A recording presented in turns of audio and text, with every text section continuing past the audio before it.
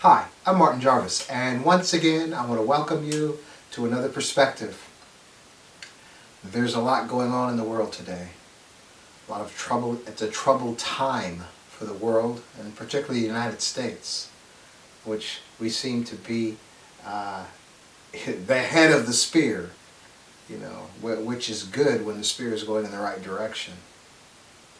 And this program is not political in the sense of picking one political side over another. I think this is one of the issues that we have in this nation that is really troubling to me, which is why I don't consider myself a Democrat or a Republican. Because how can you just embrace everything a particular party stands for? And that's what we have going on in our nation. Nobody is calling out their own side. I mean, it's easy to call out the other side. That's what we do. That's normal. But I think it's very important for a person of honor, whether you're Republican or Democrat, that first of all, it's impossible to embrace every single thing that your party embraces. But I think the key is to be able to call out your own party when it's something that's just not right. Okay, I think it's just in a quest for truth and a quest for justice and for simply what's right.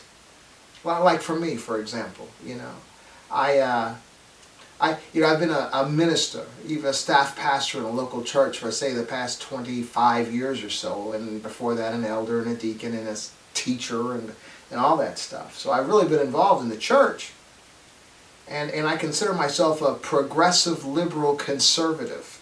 Okay. I saw that to another guy recently, and he was saying, yeah, that's impossible, And the point is that I don't try to place myself in a position to tell other folks what they need to do. That's the progressive liberal side. But the conservative side is that I don't do anything.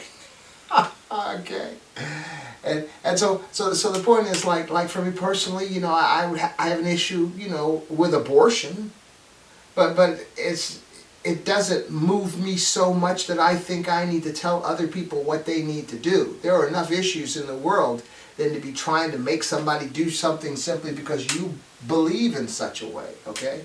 Guns, guns are a terrible thing, but I probably have more guns than, most of my Republican friends,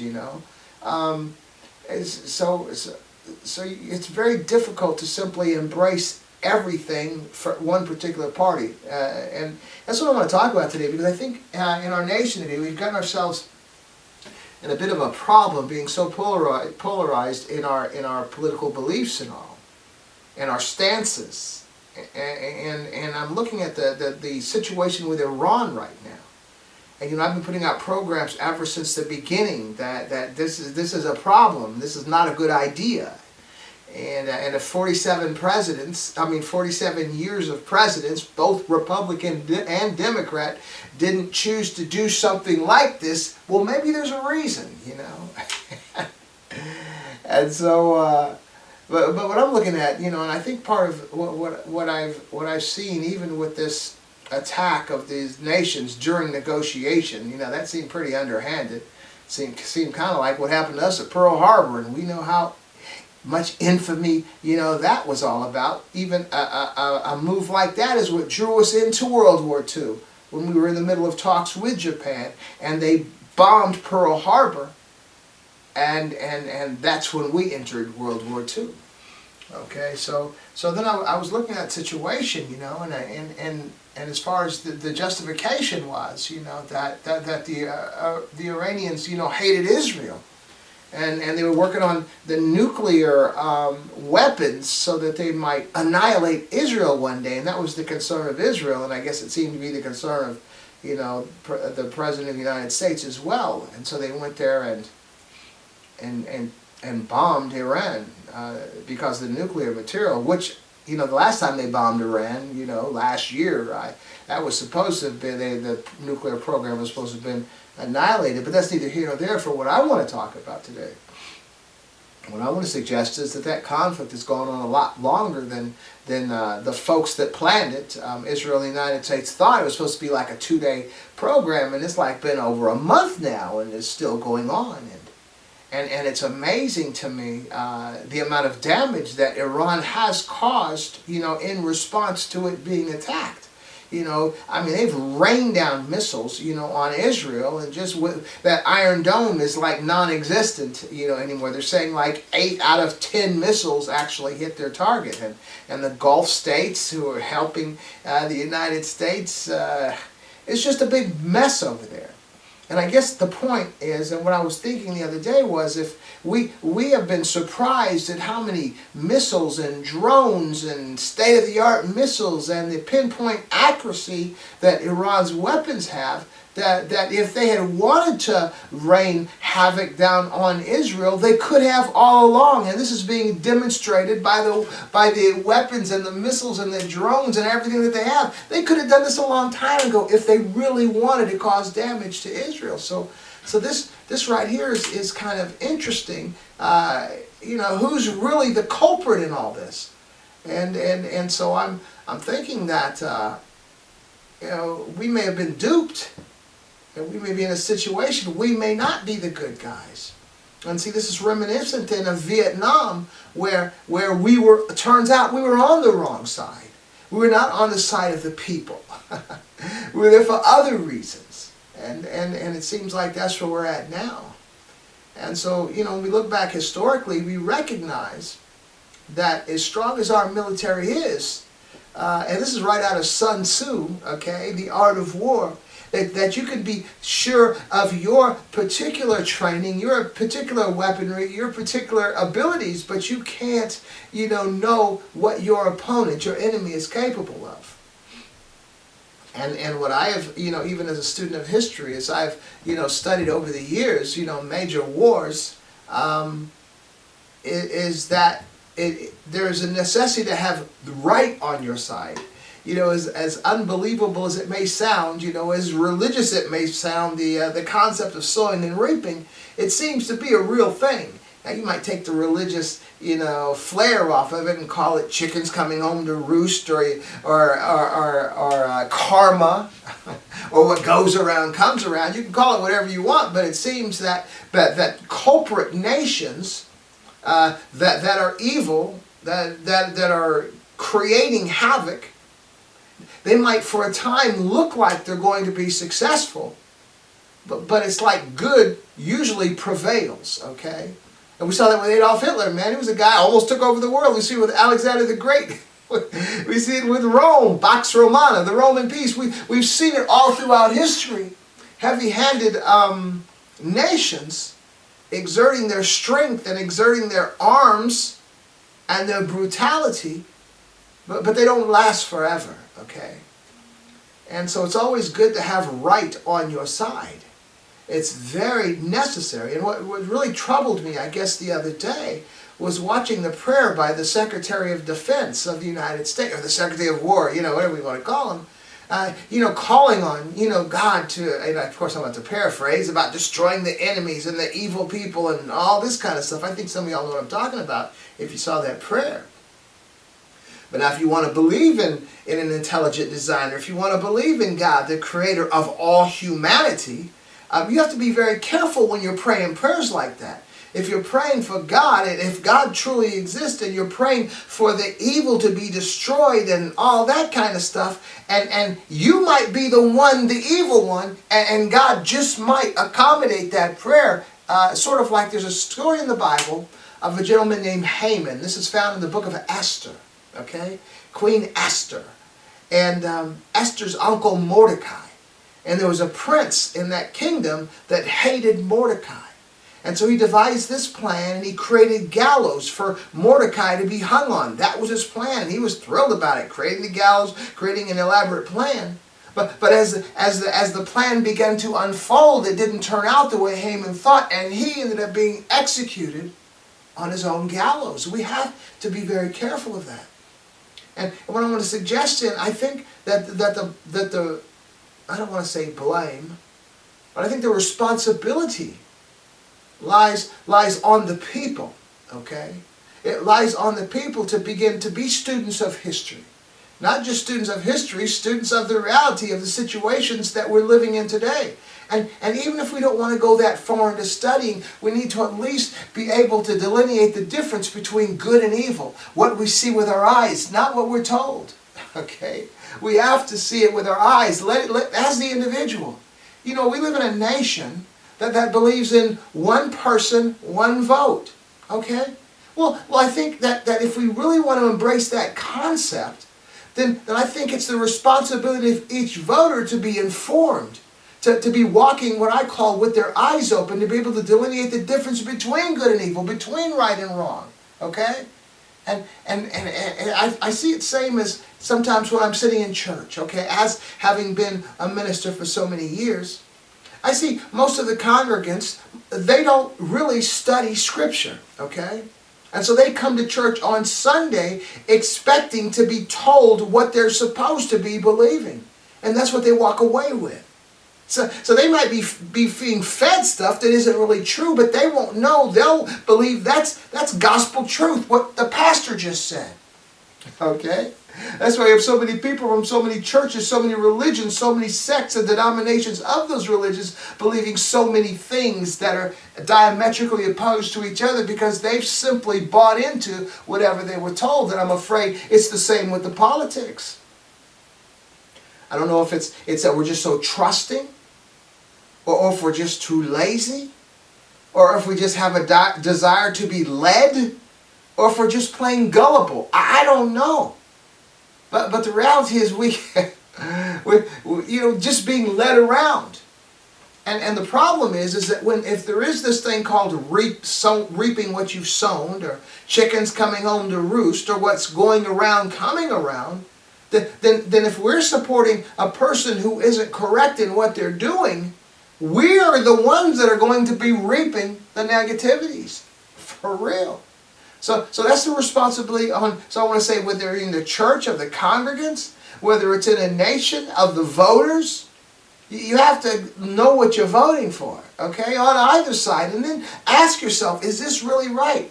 And I think one of the biggest issues we have, and I think it's maybe an issue that I have, that maybe why I get into maybe these verbal debates or arguments, with folks, is because my go-to place is looking for honesty, is looking for justice, okay, is not justifying evil or wickedness.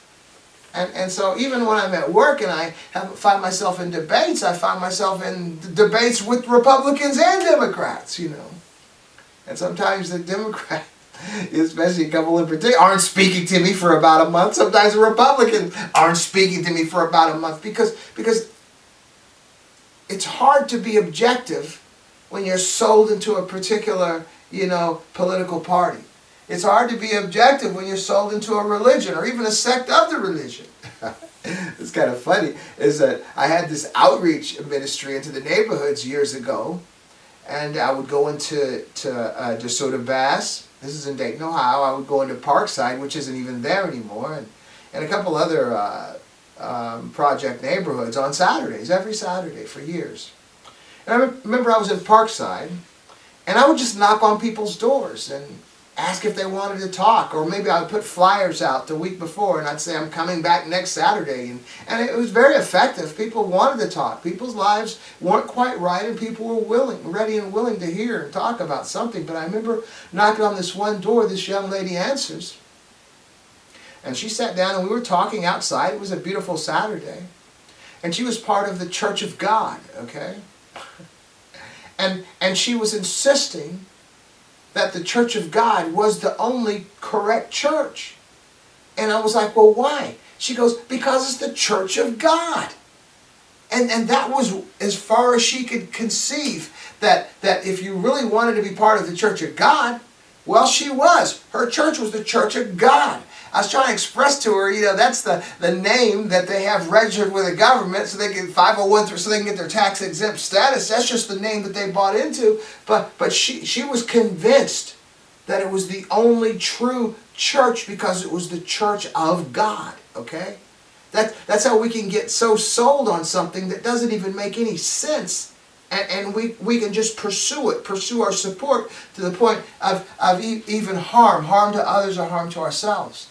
And so I'm just amazed at the place we are, and maybe it's a good thing, Maybe it's a good thing that for the religion and for the politics, is to buy into something that is so, might be so potentially destructive that it will eventually wake us up, okay?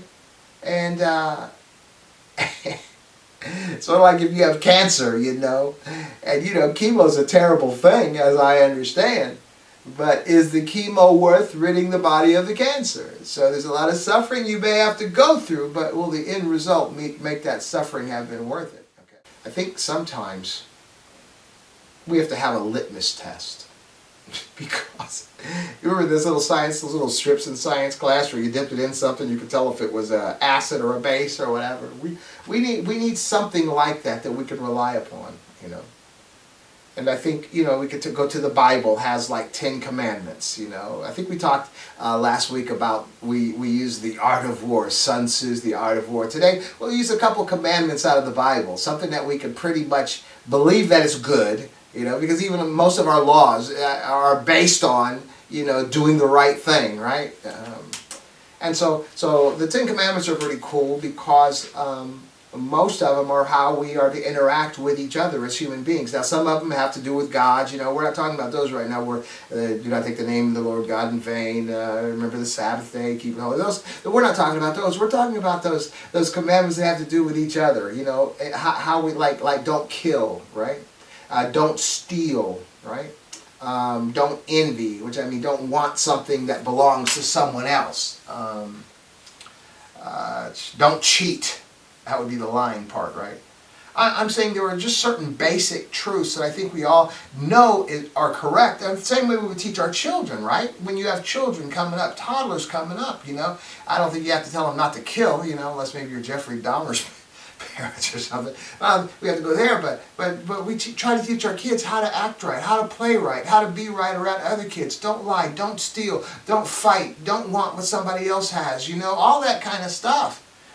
But it's something like when we begin to grow up, we get to a certain point and we don't maintain those realities. It's like, when you come into the world, you are like, a baby, and you're like the center of the world. You're taken home, taken somewhere, and if you cry, you're fed. If you cry, you're changed. So you don't really know what being fed is, you don't know what being changed is, but you recognize if you're uncomfortable, if you cry, that your discomfort is satisfied, okay?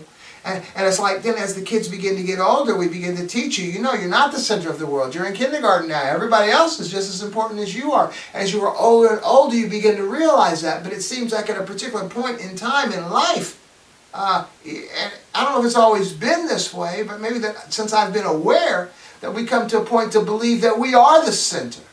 That I am the center. That my country is the center, America is the center, my religion is the center, my race is the center. All these things it's like we revert back to that infant stage where we believe that we were the center of everything. And that's not a good place to be because that's not where we are.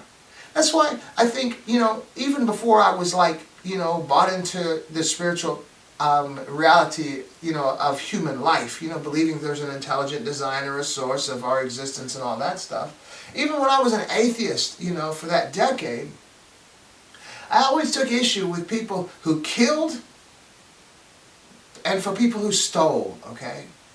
For people who killed, I mean, what kind of person do you view yourself to be? How special can you be that you have the right to take someone else's life out? Lives are equal. And to take someone, it's just totally wrong. And to steal, how do you take something that someone else actually worked for? Something someone else actually created, and you take from them that which is theirs. It's just not right. And so you see even in the commandments in the Bible, it tells you, do not kill. Do not steal, right? Do not cheat, do not lie, exploit, envy, want what somebody else has. But then we grow up and we come to a place where we can do that. We'll have preachers, give me your money. Let me see your tax return. Make sure you're paying at least your 10% plus offering, all that kind of stuff.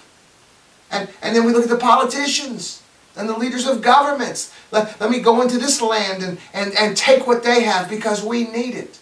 let me take that leader out. You know what the United States has done in like in Venezuela, and as far as kidnapping that president, and what we've done in Iran as far as taking out the leader of Iran.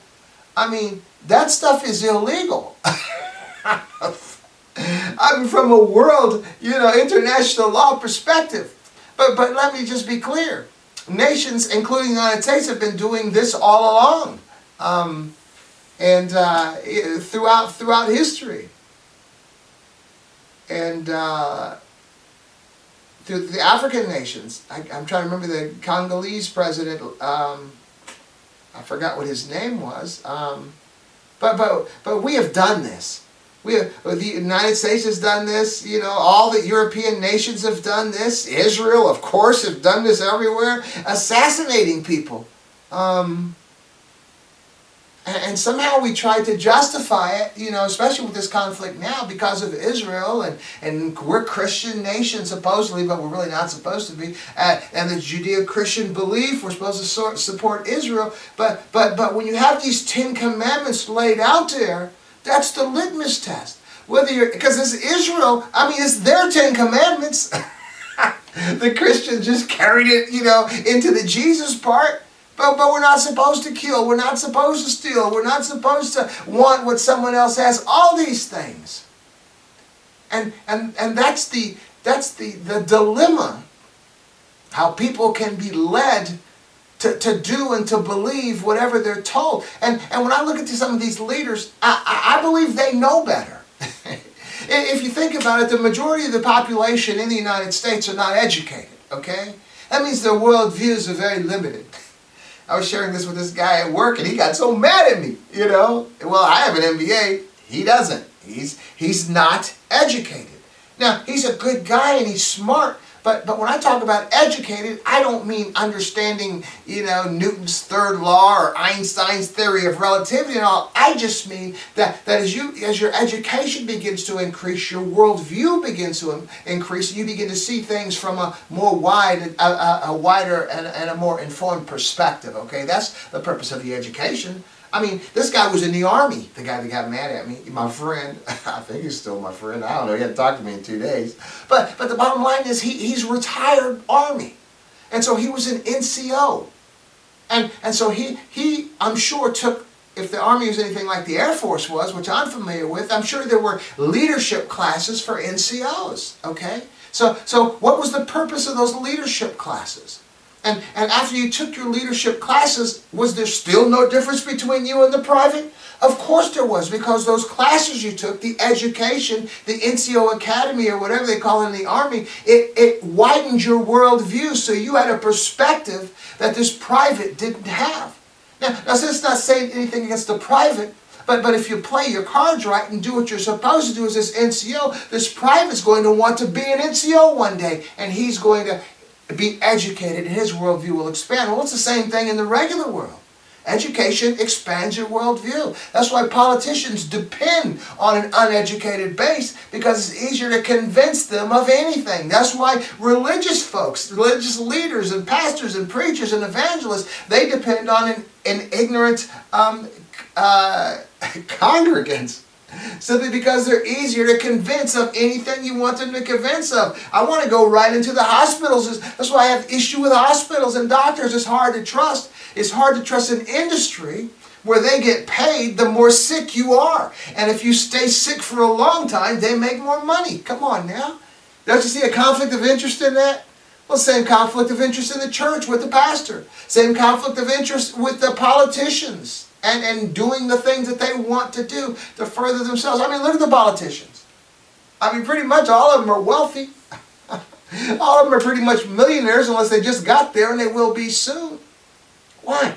Because they understand. And so there's a conflict of interest there when their decisions are based on how much money they're going to make. That's why the lobbyists are so successful. Man, I'm just saying. The people have a responsibility to know better. And if all you can do is say, just take the first 5, or maybe not the first 5, but a few of the 10 commandments, the ones that relate to how you interact with each other, you could tell if it's wrong. Oh, you want to go to war? Let me look over here. Do not kill. Okay. So if you're going to go to war, and I understand sometimes you have to, but make sure it's legit. Don't trust the people who are telling you this for their own particular agendas. That is true. Do your own research. Same with the people in the church. Come on now. Give me your money and God will heal you. Really? Is it really like that? I don't know, man. I don't think so. The doctor's the same. That's why I'm going to be 68 years old this year. And I try to exercise. I try to exercise every day. I have a 40-minute cardio, 900 kicks, 1,000 punches, and I eat. And I've been doing it for over 15 years now, and I've been eating healthy regularly every day, pretty much, for longer than that, maybe 20 years. Why? It's not just because I want to live forever. I kind of do. But it's because I don't really trust the medical industry, okay? And I have a very difficult time trusting people that benefit based on how sick I am and how long I remain sick. So I don't take any medicines. When I say medicines, like pills, that you have to, high blood pressure and all the other kind of things. I don't take any of that stuff. I take vitamins and I eat healthy and I exercise. That's it. I'm not saying I might not have to one day, but I'm going to make sure and take care of myself the best that I can. So when that day, or if that day finally comes, okay, so be it. You got to take care of yourself. Because hard. So I run that by. If this, look. I'll tell you what happened. I'll make this quick. I hate to digress, but as a mailman, I was a walking mailman for 26 years in the hood. And I mean, this way, I think it was around, I don't know what month it was, maybe August or something. Bees were still out, okay. And I was walking. I had shorts on, and I had my high top tennis shoe kind of boots on. And I had my socks, but they were kind of pushed down around my ankles. And I was just walking through the grass, and all of a sudden I felt this sting, and I looked down, and man, there was a bee inside my sock, inside my shoe. So it had stung me, and I got it out. Oh well, an aggravation, and I just kept on going.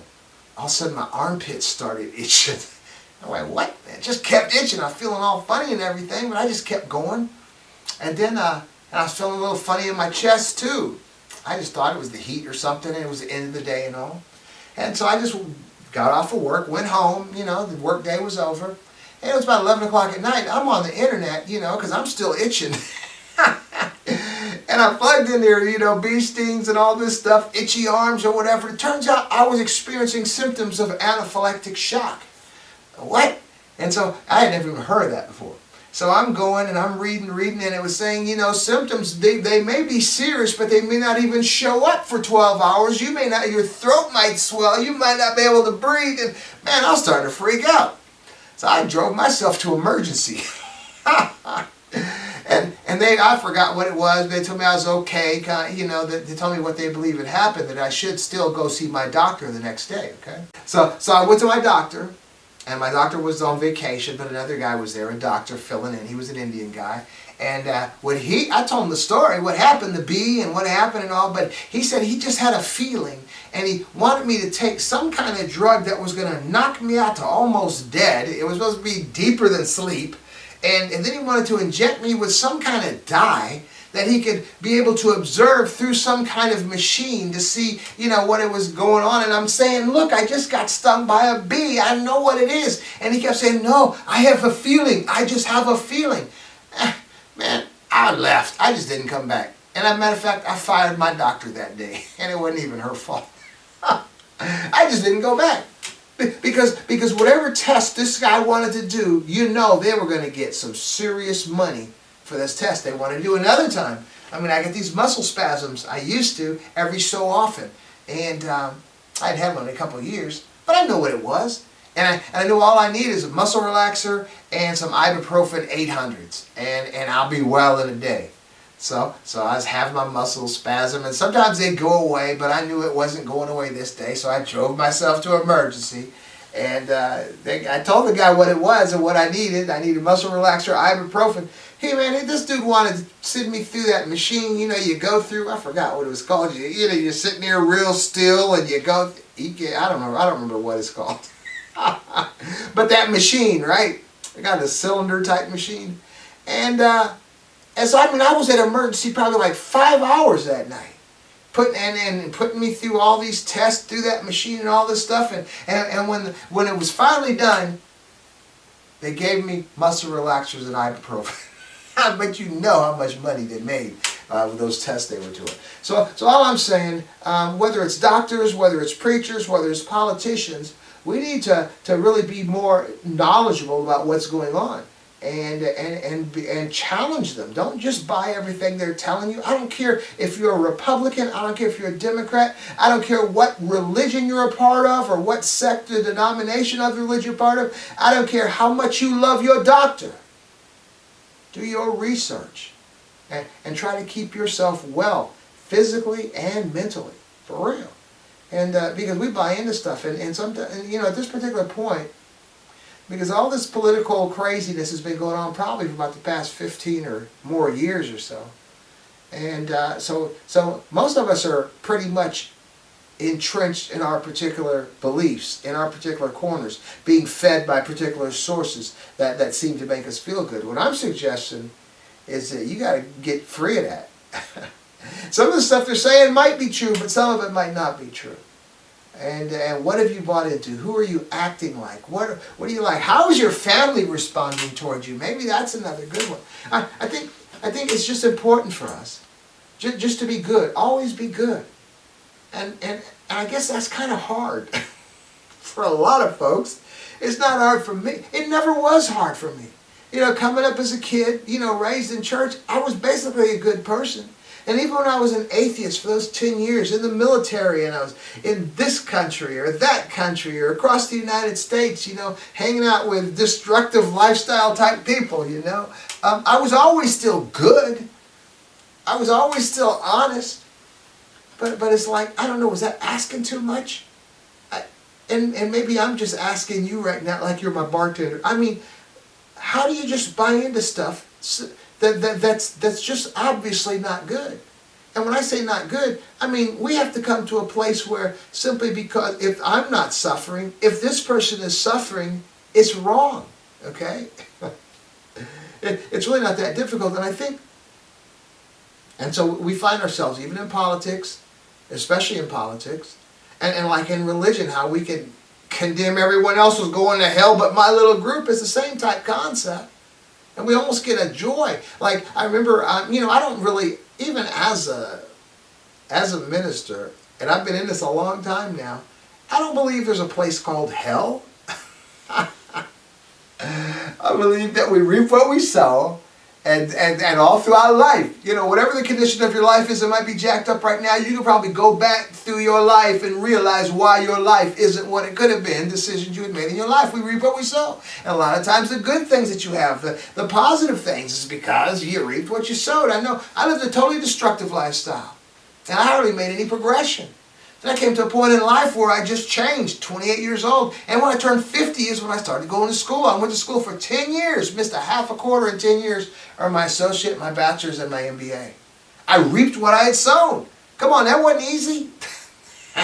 That was 10 years straight, everyday school. I reaped what I sowed. So most of us have good and bad in our lives, you know, reaping what we sown. But I think we have to just be more intentional now. See, a lot of the times, like for me, things that I reap negative, things that I reap positive, I wasn't really intending to reap. I was just doing the things that I felt I wanted to do at the moment, and they had outcomes. What I'm sharing with you now is, you know, that be intentional about that. Do more good than bad. Examine the choices that you're making. Examine the things that you're buying into. And ask yourself, is this really the right thing? It's very important. Because we've been kind of jamming ourselves up. Now I may want to close with, because I think I just touched on that, but the honoring your mother and your father, that's another commandment out of the 10 Commandments. And so what does that mean? I was trying to tell one of my kids the other day, you know, because I think the Bible says something like, honor your mother and your father, obey, or something like that, or obey, whatever, and your days will be long on the earth, you know. And what I shared with my daughter was, what I believe that means is that your parents have already been through what you're going through right now. I remember my mother, man. When she lived till she was about 97 years old. I remember she was in her 90s. She was telling me one day, because I'd go over her house every other Friday and just spend all night there. Stop at Long John Silver's, get some food for us, and just talk. And she would say, there's nothing you young people are doing nowadays that we didn't do in our day. And I'm like, okay, Mom, I don't want to hear it. I don't want to hear that stuff about Mom. Come on now, Mom. But I never really got it. But what she was saying was something very profound. Is that wherever I am in life, she's been there. And I could either take advice from the lessons she learned, or go through some of the stuff she had to go through to learn those lessons. Okay? So when the scripture tells us that honoring your mother or your father, and your days will be long isn't the day you're going to die.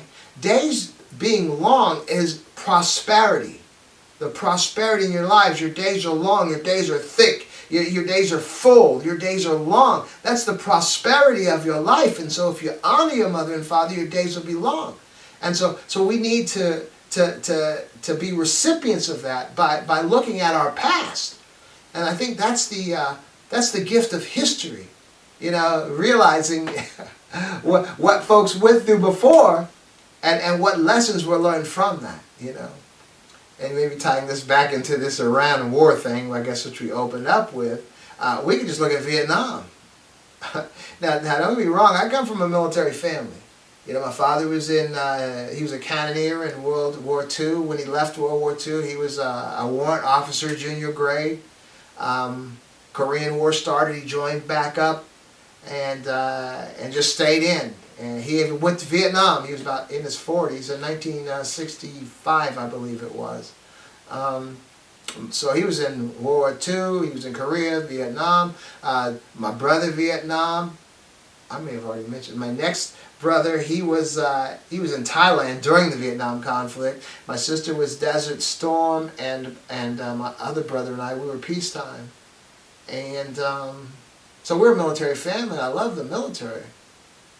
So the reality, so identifying the weaknesses in the military is not hating the military. It's actually loving the military. When you look at whatever organization you're a part of, whatever your family you're a part of, even your own personal life, your relationships, challenging the negatives, challenging the failings in lives is love. Allowing something to continue in a dysfunctional and harmful way, that's hate. Okay. So Vietnam, we dropped tons and tons of bombs on those folks.